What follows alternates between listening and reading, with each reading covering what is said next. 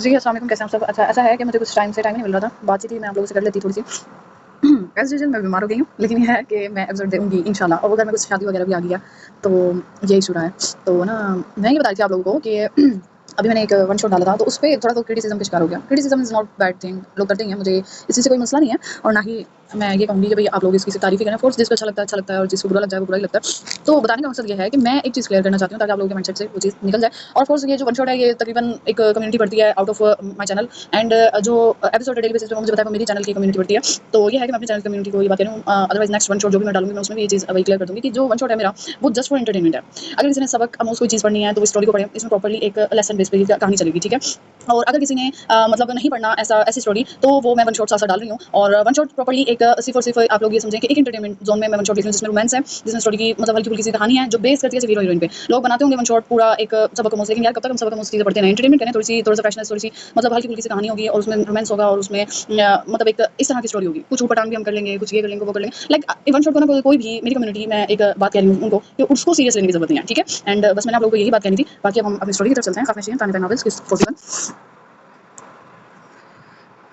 ایمان کی لاش نے پورے گاؤں میں خوف کا ماحول کر دیا تھا. ارسلان خان نے ماہی کو گھر سے باہر نکلنے پر سختی سے منع کیا تھا، لیکن ارمان سے ایک کوتاہی ہو چکی تھی جس کے نتیجے میں اب وہ پھنس گیا تھا. اس نے ماہی کی خفیہ تصویر لے کر اس شخص کو بھیج دی تھی اور وہ اب پیچھے پڑ گیا تھا کہ اسے یہ ہی لڑکی چاہیے. اس نے لاکھ کوشش کی کہ وہ اس پر سے ہٹ جائے لیکن بے سود. اسے اپنی بیٹی کی فکر نہیں تھی کہ اس کا شوہر جیل میں تھا. الٹا اس نے کہہ دیا تھا کہ اچھا ہوا اس کا انجام یہی ہونا چاہیے تھا. جبکہ ساحل مارا پھر رہا تھا کہ منیر حاکم کو کیسے جیل میں رہنے دیتا. شادیہ کا بھی رو کا برا حال تھا اور بی جان بھی چپ تھی. دوسری طرف گلالہ کمرے میں بند تھی، اس کی طرف کسی کی توجہ نہیں تھی، جبکہ اس نے رو کر اپنا برا حال کر لیا تھا. یہاں اس وقت اس کا کوئی نہیں تھا. اس نے کانپتے ہاتھوں سے آپی کو کال ملائی جو اگلی بیل پر اٹھا لی گئی. ہاں بولو گل، وہ مصروف سی بولی. آپی مجھے آپ کے پاس آنا ہے. وہ بولی تو زرتاش نے اپنے کام پر سے نگاہ ہٹائی. کیا ہوا ہے گل؟ وہ بولی تو گلالہ رونے لگی اور اسے ساری بات بتا دی کہ میر حاکم نے اسے کس طرح دھوکہ دیا.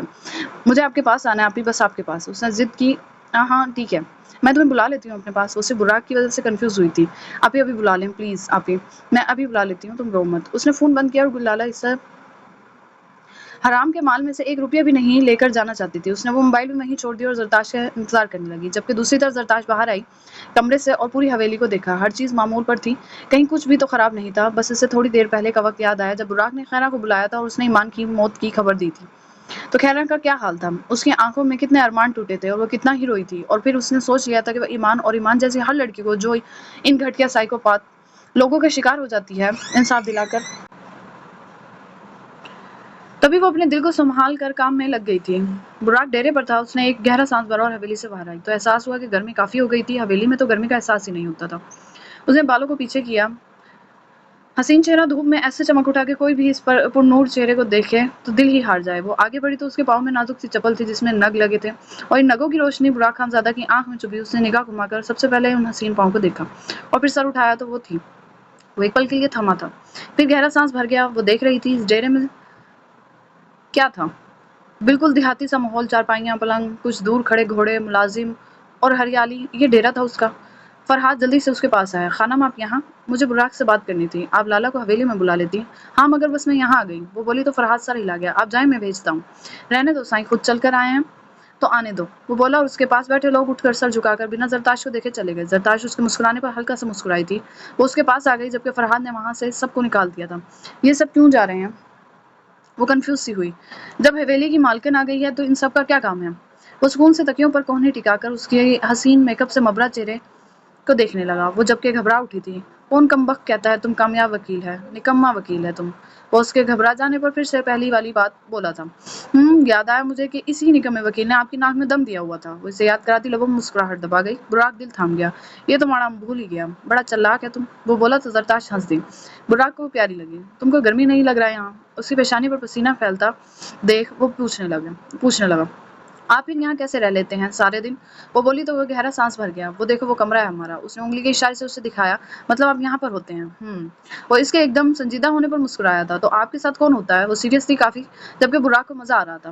بس کبھی کوئی جیسے جہاں جب جس کے ساتھ دل لگ جائے اسی کے ساتھ ہوتا ہوں. یہ کیا بات ہوئی؟ وہ بھڑک گئی. تو اور کیسی بات کرے؟ مطلب میں آپ کی بیوی ہوں. ہاں جانتا ہے، ایک بار بھی قریب نہیں پھڑکتا. معلوم نہیں کیسا بیوی ملا ہے. نہیں میں آ سکتی ہوں قریب. وہ انگلیاں موڑتی جلدی سے بولی. تو آنا آج رات, ہم تفصیل سے دیکھے گا. وہ آنکھوں سے ہی اسے کنفیوز کر رہا تھا. وہ چند لمحے لب بھینچے بیٹھی رہی اور پھر یاد آنے پر سر تھام گئی. میں آپ سے اجازت لینے آئی تھی. وہ گہرا سانس بھرتی بولی. کیسا اجازت؟ وہ سمجھا نہیں اور پھر آہستہ آہستہ وہ اس کو سب بتا گئی. تو تم میر حاکم کو آزاد کروائے؟ سمپل. نہیں, اسے سزا ملنی چاہیے. اس نے میری بہن کو دھوکہ دیا ہے. وہ غصے سے بولی. سائنس سزا وہ دے گا جس کے ساتھ دھوکہ ہوا ہے. تم کہاں سے پیدا ہو گیا سزا دینے والا؟ چپ چاپ اپنے وکیل گیری آزما کر اسے باہر نکالے. وہ بولا اور لیٹ ہی گیا. یعنی آپ یہاں نہیں آنے دیں گے اسے؟ اس نے کھڑے ہوتے پوچھا, جبکہ براٹ نے لیٹے لیٹے ہی سر نفی میں ہلا دیا. میرا گھر ہوتا تو ہی میں اپنی بہن کو بلا پاتی. وہ بولی. براک ہنسا. نوٹنکی ہے سالہ, گندے ہیں آپ. تم لوگوں جیسا اچھا بن کر کیا ہی کر لے گا ناردانہ. کیا مطلب؟ وہ سمجھی نہیں. کچھ نہیں. اس نے اسے کھینچا. ایک دم وہ اس کی گود میں بیٹھ گئی. براک پسینے سے نم ہوئی لٹیں اس کی گردن پر چپکی ہوئی تھی, جنہیں براک نے اپنی انگلی سے سمیٹا, جبکہ دوسری طرف درتاش کسمسا سی گئی. یہ آپ کا کمرہ نہیں ہے, وہ مدھم آواز میں بولی تھی. براک کو اس کی خوشبو ہی بہت اچھی لگ رہی تھی. ہمارے پاس کمرہ بھی ہے, تم وقت دینے والا بنے. وہ اس کے کان میں سسرایا تو وہ جلدی سے دور ہٹ گئی. براک کی آنکھوں میں خمار تھا. وہ لب بھیج گئی. عزت سے, تمیز سے, شرافت سے. حویلی میں آئیے گا, پھر وہاں اس کمرے میں آئیے گا جہاں میری جگہ. پھر آپ کو وقت دینے کا سوچیں گے.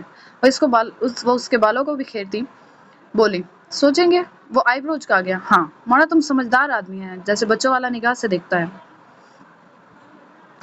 وہ اس کے لب و لہجے میں بولی تو براک کا کہکا گونجا اور وہ بھی ہنستی ہوئی جلدی سے بھاگ گئی. سنو دلبر, بلا لو. وہ پیچھے سے پکار گیا. جبکہ وہ مڑی, وہ آنکھوں سے اقرار کر گیا. وہ خوش تو تھی, لیکن شیری کا خیال بھی تھا. دیکھ لے گا, اس نے کہا. تھینک یو سو مچ. وہ بہت خوش ہوئی تھی, جبکہ براک بس مسکرایا اور حویلی میں چلی گئی. زرتاش نے گلالہ کو لینے کے لیے بھیجا تو ماہی نے اسے روکنا چاہا کہ وہ رک جائے, مگر گلالہ وہاں سے نکل گئی. ماہی کو لگا وہ جیسے تنہا رہ گئی ہو. نہ بدر گھر ہوتا تھا, نہ ہی ارسلان. اس کا تو کوئی بھی نہیں تھا. وہ اوپر اپنے کمرے میں چلی گئی اور دروازہ بند کرتی کہ ارمان نے اسے پکارا. جی چاچو. ماہی بیٹا, بور نہیں ہوتی کیا تم سارا دن گھر رہ کر؟ وہ ہمدردی کرتا بولا. ماہی سمجھی نہیں. چاچو میں حویلی میں ہی ہوتی ہوں. بوریت کیسی؟ وہ بولی. نہیں مطلب تمہیں شہر چلنا چاہیے میرے ساتھ. اور ماہی تم اندر جاؤ اپنے کمرے میں. اچانک ارمان کی بیوی نے ماہی کو کہا تو ماہی تو ویسے ہی گھبرا رہی تھی, جلدی اندر چلی گئی. اور اس کی بیوی نے اس کے چہرے پر امڑتی خبیث مسکراہٹ کو دیکھا. بہت ہو چکا ہے, اب مزید نہیں. لوگوں کی زندگیوں تباہ کر رہے ہیں آپ معصوم بچیوں کو بیچ رہے ہیں. میں خاموش ہوں. اس کا مطلب یہ بالکل نہیں ہے کہ اب گھر کی بچیوں کو بھی آپ کے آگے بھوکا چھوڑ دیں. میں آپ کا سچ سب کو بتا دوں گی. وہ دو ٹوک بولی. تیری مانے گا کون؟ اس نے اس کو دھکا دیا. ہاں کون مانے گا؟ تیری اوقات کیا ہے؟ میں نے تجھے سر پر کیا بٹھایا؟ تو ناچنے لگی. وہ اسے دھکا دیے جا رہا تھا. ارمان نہ کریں یہ ظلم. دو بچیوں کے باپ ہیں آپ. وہ رو پڑی تھی. تو میرے آگے زبان چلائے گی؟ وہ اسے دھکیلتا سیڑھیوں تک لے آیا اور اس نے اسے نیچے دھکا دے دیا. جبکہ وہ سیڑھیوں پر گری, ایک نگاہ گرنے سے پہلے اس کی نگاہ سے ملی تھی. وہ مسکرا رہا تھا جیسے اس نے یہ سب جان کے کیا ہو.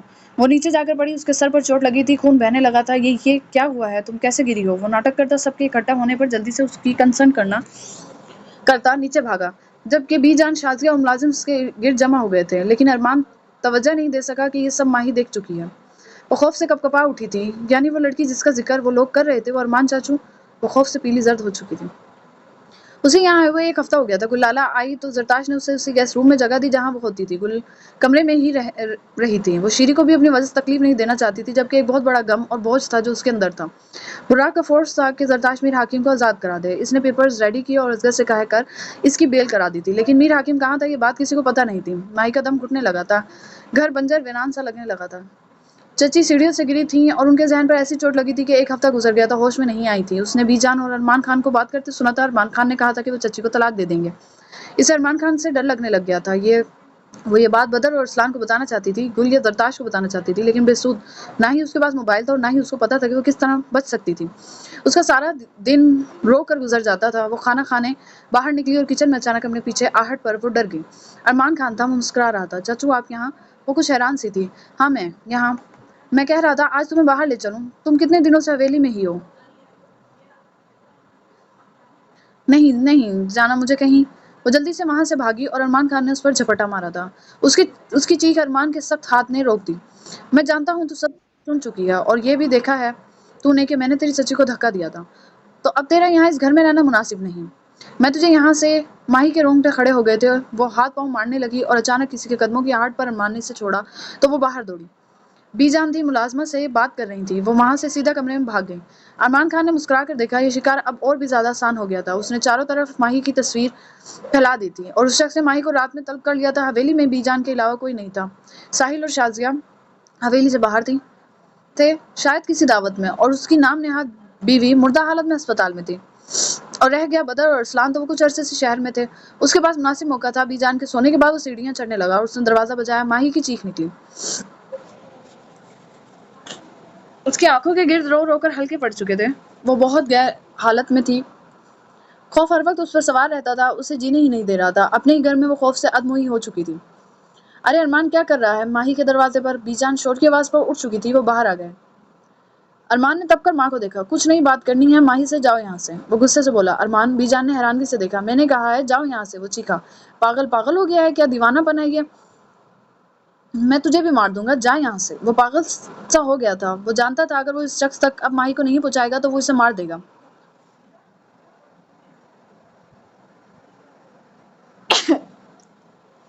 بی جان کی آنکھیں پھٹ گئی تھی۔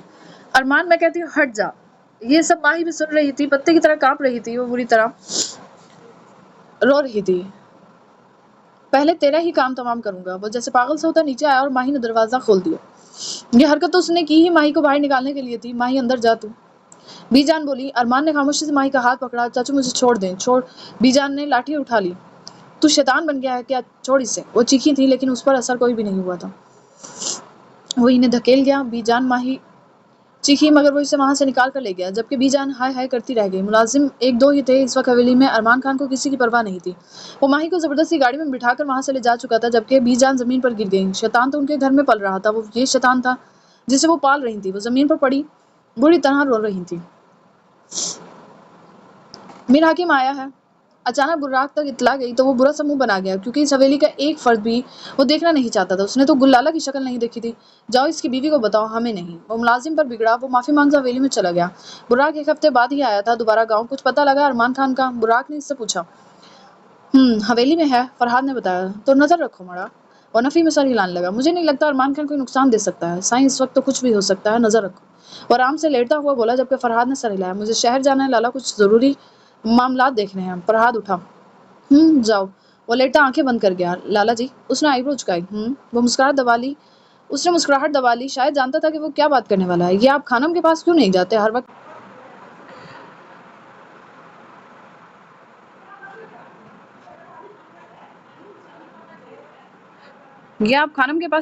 ہر وقت پڑے رہتے ہیں ڈیرے پر؟ وہ بولا۔ چمچا ہے تم کیا خانم کا؟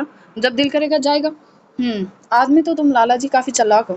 وہ اسے گھورتا ہوا وہاں سے چلا گیا، جبکہ دوسری طرف براق مسکرا دیا اور آنکھوں میں وہ اتر آئی۔ راستہ تیزی سے پار کر رہا تھا، وہ کچھ ہی گھنٹے میں وہ شہر پہنچ گیا تھا۔ اس نے کھانا کھانے کے لیے گاڑی روکی تو نگاہ سامنے کی جانب اٹھی تھی۔ گاڑی میں اسے دیکھ کر وہ ایک دم چونک گیا۔ اس نے ادھر ادھر دیکھا، وہ شیشے کے پار دیکھ رہی تھی۔ اس کی نگاہ بھی فرحاد سے جا ملی تو وہ اسے دیکھتی رہی، یہاں تک کہ اس کی آنکھوں سے آنسو گرنے لگے۔ فرحاد آگے بڑھتا کہ ارمان کو دیکھ کر رک گیا۔ ارمان نے اس کے سر پر ہاتھ رکھا اور اسے کھانے کو دینے لگا۔ اس کے دل میں کھٹکا ضرور ہوا، لیکن ارمان چاچا تھا اس کا، اور اب دل و دماغ کو قابو میں رکھنا چاہیے تھا اسے۔ وہ وہاں سے نگاہ پھیر کر گزر گیا، جبکہ ماہی کو آخری امید، آخری سہارا دکھا تھا۔ ارمان نے معلوم نہیں کون سا انجیکشن لگایا تھا اسے، اس کی باڈی موو نہیں کر پا رہی تھی، جبکہ اس کا دماغ بالکل ٹھیک تھا۔ ارمان اس کے پاس پلیٹ رکھ کر سکون سے بیٹھ کر کھانے لگا۔ وہ جانتا تھا کہ گھر کے سارے ٹیلی فون وہ بند کر چکا تھا، اور بی جان کے پاس